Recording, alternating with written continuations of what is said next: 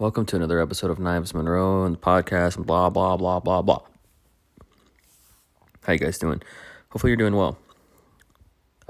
My favorite show, BoJack Horseman, which is a Netflix original, I think it debuted 2014, ended today, January 31st, 2020. The final 8 episodes aired on Netflix. And I just rewatched it for the second time. And it did something to me. Without giving it away, because you must watch it. If you're listening to this, you obviously trust my taste, my mind, my thoughts. And I couldn't campaign harder for a show that you must watch. Now, I'm going to save a deep analysis for, I think, tomorrow's video, because I really want to enjoy this 24-hour cycle and how I feel about the movie. And I want to go to bed with it, and I want to enjoy it before I talk about it and put something on wax. So, spoiler alerts, I'm not going to give anything away about the plot, but I will give away a theme. And it was very touching. And I can't stress it enough. And I am weary about sounding hyperbolic, but it's my favorite show. Never, ever have I felt so seen and heard and connected to on such a deeply cerebral and emotional level. Something occurred to me, having watched the show,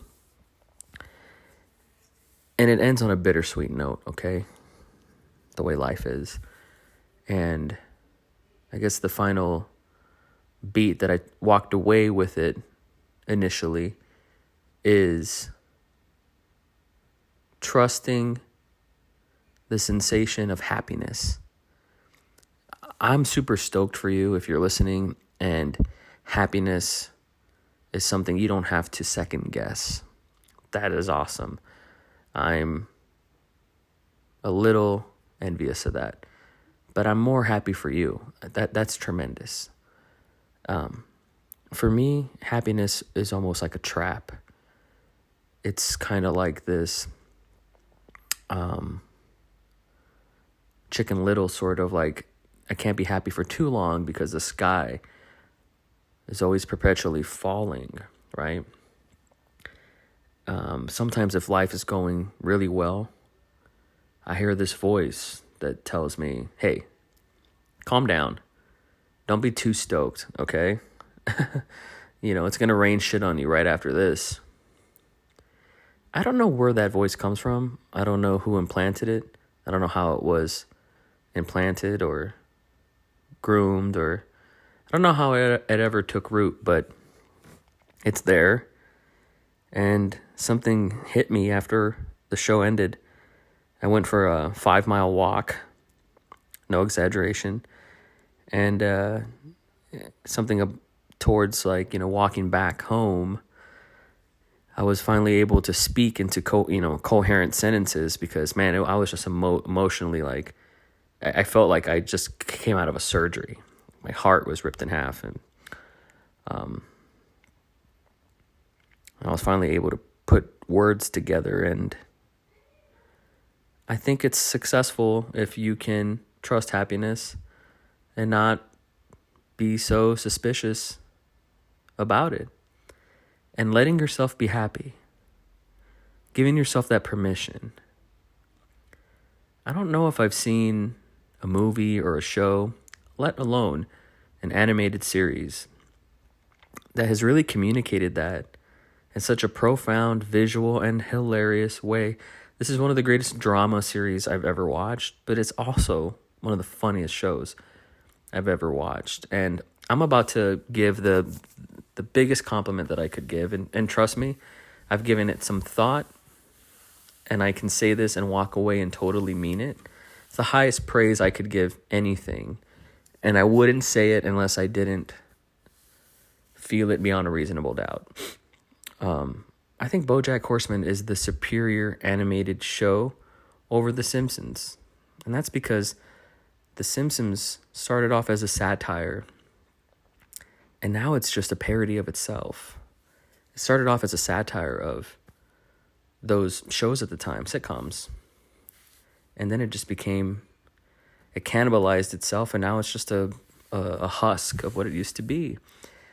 BoJack never overstayed its welcome. It ended really at the top of its game. It probably could have gone on for another 6 seasons. And if it maintained the same showrunner, Bob Waxberg, and if it kept the same voice cast, it probably would have kept the quality. But I compare it to the Mad Men's and the Breaking Bads as well, and it's phenomenal. It's so funny. Take season 2 of BoJack Horseman and compare it to whatever the funniest season of anything is, and I think it's just as funny, if not more.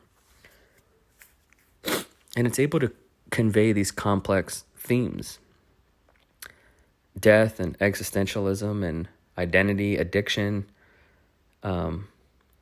celebrity, clout, drugs, fame, money, asexuality, abortion, gun control, consumerism, capitalism. I mean, you name it. Like, it's tackled a variety of topics, but never, ever, ever in a preachy way, ever. Like, you don't even know it's saying something political until it's over. And it just is so funny. And if you don't know this about the show, it features this world where animals and humans coexist. They're all sentient bipedal humans. So BoJack Horseman is the celebrity who, think of John Stamos, but with the head of a horse. And half the population of this world are people in human bodies, but with animal heads. And it occurred to me watching the show that, what kind of animal would I be? And I think I'd be a sloth. I'd have a sloth head. Sorry, but that's just how I see myself. Anyways, so I just finished my second viewing of the final 8 episodes. And if I walked away with something that I think makes my life better, well, first of all, it's that my life can be good. It can be better. My situation, how I navigate through the world, can and will be okay. It's going to be okay. The people that I had, I choose to be grateful for, that have been in my life. And even the ones that don't get to stay, I'm grateful they dropped by, made a cameo, or made an impact. And who I am, what I am, is a result of everybody that has ever clashed, conversed, and congealed with me. And that's a blessing. It's truly a blessing.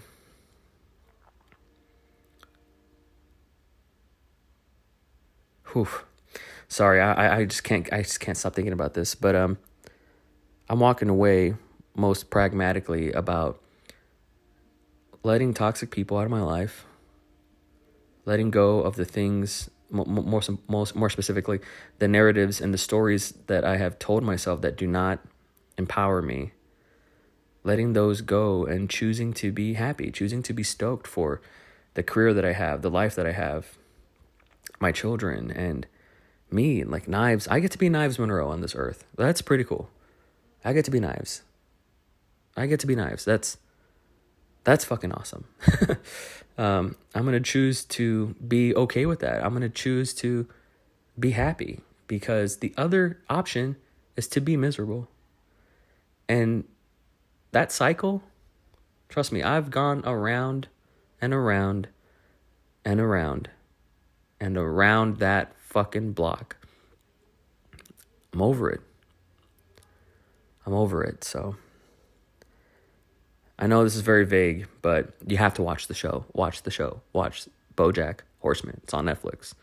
I think they syndicate it, and you might find some random episodes on Comedy Central or something. I've seen that a few times when I've gone to some hotels. It's the only time I watch TV, but TV proper. But check it out. So I know the show didn't have an intro and outro. Let me also just say, we did it. Every episode, we did an episode every day of January. We did it. 1 month down. 11 more to go. It was interesting. It was very interesting. I feel like I connected with people. I feel like I made some cool movies and art. And it kept me sane in a lot of ways. And I'm very proud. I'm very proud. Some episodes stand out more than others. Every episode that I've ever had with a guest has been incredible. I think tomorrow's episode is episode 50. It might be 49, but I think it's 50. I think today's 49. So how amazing is that? 50 episodes. I think I ended... I'm sorry, the math might not be correct, but I think I ended 2019 with like 19 episodes total. But I've been doing this podcast since 2016. It's gone through a few different iterations. It was originally called Outer Heaven, the Knives Monroe podcast. Outer Heaven was the name of my concept at the time, which then became Indie Darlings. The thesis has stayed the same. Now Indie Darlings LLC is a real business. I should talk about Indie Darlings, but I will get there. Got some good prospects coming February that I can't wait to talk about. But then I rebranded it to Rebel FTWD, which stands for Rebel from the Waist Down podcast, which was based on a script that I was writing at the time. That didn't last long, and then I changed it to Here's Everything, the Knives Monroe podcast. That didn't last long, and then finally, Knives Monroe versus the podcast, inspired by Brian Lee O'Malley, Scott Pilgrim, and The Infinite Sadness, Scott Pilgrim versus the World. Like, it just felt right. I was like, okay, cool. It had to have my name in it, even though I was skeptical about that at first, but here we are. 50 podcasts. Here's the 50 more. What does day 500 look like? I know this episode was different, didn't have an intro or outro. It's because I recorded all this on my phone. I do that sometimes. This is a daily podcast. There's a journal, road diary-esque quality to this. And it's my fucking show. I can do whatever I want. I love you guys. Thank you so much for listening. I'm going to talk to you guys tomorrow. We're going to go into BoJack Horseman, and I'm going to make that a priority. And I'll try to have a visual component to it as well for YouTube. I love you guys so much. Thank you for listening, and I'll see you down the road.